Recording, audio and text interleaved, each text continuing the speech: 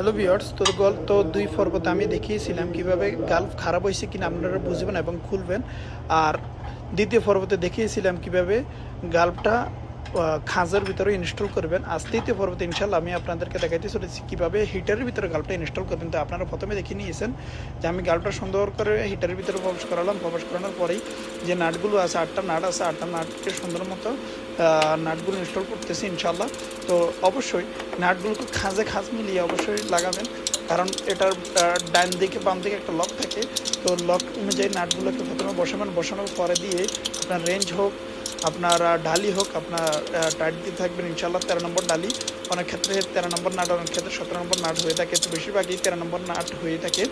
তো সামঞ্জস্যভাবে আপনারা টাইট দিবেন, একটার পরে একটা এইভাবে না, একটু দুই সুড়ি একটাকে, দুই সুড়ি আরেকটাকে এভাবে করে টাইট দেবেন। তারপরে আমি দেখতেছেন ইনশাল্লাহ হিটারের যে নন রিটার্ন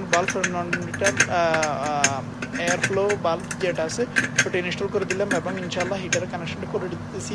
প্রথমে হিটার কানেকশনটা করব ঠান্ডা লাইনে, ঠান্ডা যেটা নীল কালারের যে পাইপটা আছে, লেইটা আছে, এই লেইটা আমি ঠান্ডা লাইনে সংযুক্ত করব এবং যে রেড কালারের যে পাইপটা আছে এই পাইপটা আমি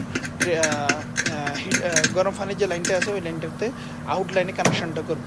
তো নীলটা হবে ইন, সবসময় নীলটা হবে ইন, যেটা কিনা ঠান্ডা পানি ভিতরে প্রবেশ করাবে, আর লালটা হবে আউট, যেটা কিনা গরম পানি সামনে প্রবেশ করাবে। তো সামনের পর্বতে আমি দেখাবো যে কীভাবে আমি ইলেকট্রিক কানেকশনটা দিই এবং আলহামদুলিল্লাহ আমার গরম পানি হয় কি না, কি আসে বিষয় আমি অবশ্যই ইনশাল্লাহ আপনাদেরকে সামনের পর্বে দেখাতে চলেছি। তো অবশ্যই ততক্ষণ পর্যন্ত আমার পাশে থাকুন ইনশাআল্লাহ। আন্তরিকভাবে দুঃখিত ভিউয়ার্স, কিছু সমস্যার কারণে আমি ইলেকট্রিক্যাল কানেকশনটা দেখাতে পারলাম না। তো সকল কিছু কানেকশন করার পর এখন আমার গরম পানি আলহামদুলিল্লাহ সুন্দরভাবে বাড়িতেছে। তো আপনারা যদি এই ধরনের সমস্যা পান অবশ্যই এইভাবে সলিউশন করতে পারবেন। আশা করি ভালো থাকবেন, সুস্থ থাকবেন।